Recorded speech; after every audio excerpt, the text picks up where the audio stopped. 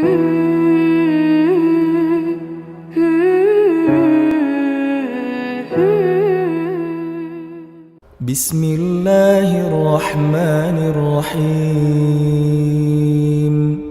Bagaimana supaya hati dan pikiran kita selalu merasa tenang, Bu ya?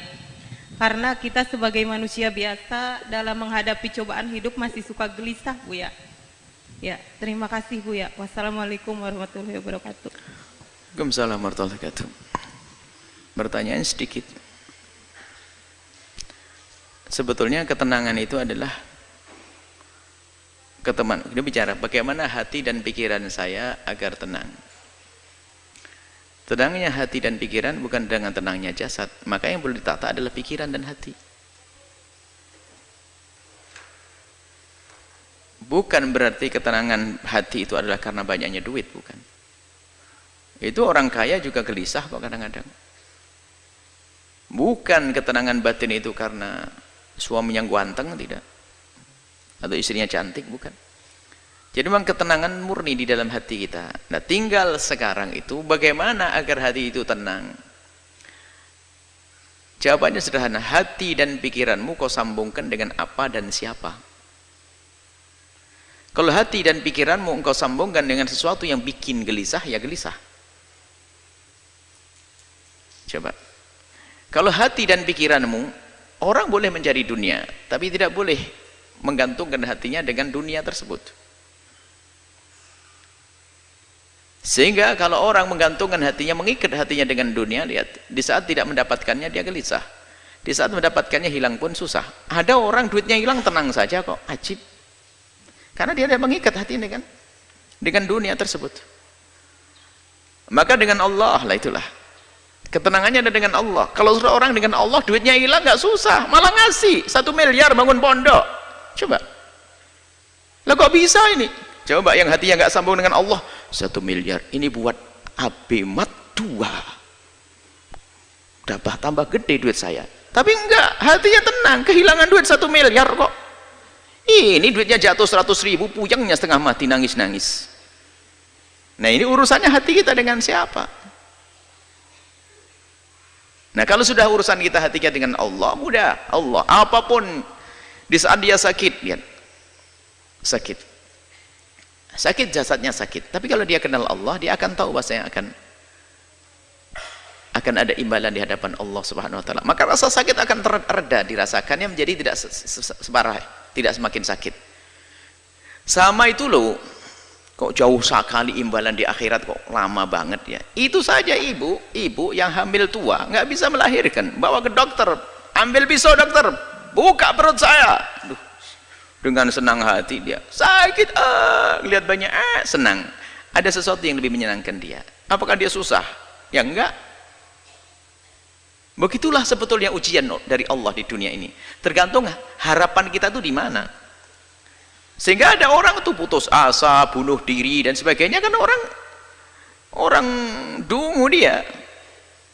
Orang dungu. Mau nikah nggak jadi, bunuh diri. Utang kebanyakan, bunuh diri. Gampang banget dia. Di negeri kafir banyak bunuh diri, nggak ada iman. Sebenarnya gelisah karena dia tidak punya Tuhan dia sebetulnya. Kalau punya Allah, nah ini sekarang biasakan dengan Allah. Maka ala bidzikrillah tatma'innul qulub. Mengingat Allah menjadikan tenang hati. Bukan kegembiraanmu adalah dengan dibalik tumpukan harta. Coba kita melihat, kita menemukan orang di kampung-kampung sangat sederhana, gaji sehari untuk makan sehari, tapi no problem, dia hidupnya candaria dengan istri, ya masya Allah. Suaminya berangkat dulu, nanti tak kirim sarapan pak ya. Inggih, berangkat suaminya duluan kok belum datang, sambil nyangkul. Suami inti yang bawa rantang ngasih bungkus pincuan begitu, bawa makan, pak ya, nah pulang nanti bawa sayur suaminya, tatanya pak dapat burung, dapat ikan sedikit, nggak pernah punya problem dia, kayak orang punya istana itu. Tapi yang rumahnya gede, mobil mewah itu belum tentu senang dia, karena urusan bukan dunia, gelisah. Kita pernah ngisi pengajiannya orang kaya, kayaknya gelisah semuanya. Mulai dari gelisah rumahnya, sertifikatnya di bank semuanya ada. Mulai gelisah kebanyakan duit, gelisah kebanyakan duit. Kok bisa, gimana? ini punya 2 perusahaan saja, saya sering ditinggal sama suami saya, sekarang membuka perusahaan di luar negeri Buya, bagaimana nasib saya nanti? Wah, tambah susah dia. Macam-macam orang, dan bingung nih manusia itu karena hatinya tidak dengan Allah. Maka ada bi dzikrillah tatma'innul qulub. Dengan banyak menyebut nama Allah, ingat Allah, akan menemukan ketentraman. Sehingga susah yang sesungguhnya adalah di saat dia jauh dari Allah. Kalau sudah jauh dari Allah, kecil pun jadi susah. Tapi kalau dengan Allah, bencana pun kayak apapun akan menjadi sebab dia senang. Karena ini dari Allah. Sehingga para solehin itu kalau diuji dengan kefakiran, selamat datang dengan syiarnya orang-orang besar. Kefakiran syiarnya orang-orang besar. Dia tidak menganggap sebuah kerendahan. Tapi lihat yang tidak punya umat, nasib sudah sholat tetap melarat, Tuhan tetap melarat. Kurang ajar sama Allah nih. Gimana bisa bahagia dengan Allah saja curiga begitu? Jangan Allah sudah nggak benar. Baik ya, kuncinya adalah bagaimana hati kita. Kita biasakan dengan Allah, dengan Allah. Hakikatnya seperti itu. Tapi di samping itu juga kalau kita berkumpul dengan kemuliaan, Anda akan menemukan kesejukan. Karena apa? Allah akan turunkan rahmat di tempat semacam ini. Anda bergabung di tempat-tempat mulia.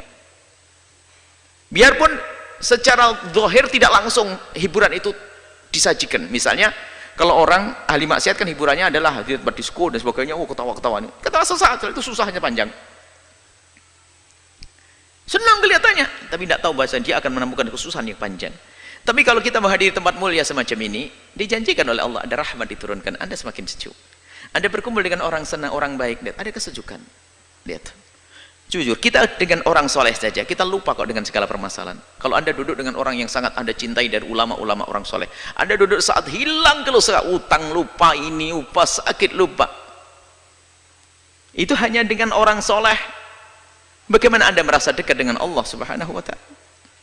Bagaimana kita dekat dengan Nabi Muhammad sallallahu alaihi wasallam? Itu saja. Kembalikan hati kita dengan Allah, biasakan berzikir, merenungi ya, merenungi tentang nasib kita nanti di akhirat. Bagaimana urusan dunia, rendahnya dunia. Kalaupun mencari dunia hendaknya untuk Allah. Sudah menjadi orang kaya boleh, bukan dilarang, tapi bukan hanya untuk menyuburkan kesombongan kita, untuk membesar kerakusan kita. Kalau kita hanya mencari dunia hanya untuk dunia tersiksa, seperti diingatkan oleh Nabi, kalau ada orang hatinya itu rakus, dikasih lembah emas 1 minta 2, dikasih 2 minta 3, kasih ini. Dan unik, orang itu punya pabrik 6, itu pabriknya triliunan semuanya tuh. Itu kebakaran hancur 3, itu masih nangis nyungsep masuk rumah sakit. Bodoh banget dia, masih ada 3, 3-nya saja masih kaya raya dia. 3 perusahaannya masih berjalan, 3-nya runtuh, itu nyungsep dia masuk rumah sakit. Ya, kasihan benar tuh manusia. Semoga Allah menjaga hati kita, hati dengan Allah. Maka di saat Anda kaya yang sesungguhnya. Anda bisa menjadi fakir, Anda kaya dengan Allah. Indah. Allahu a'lam.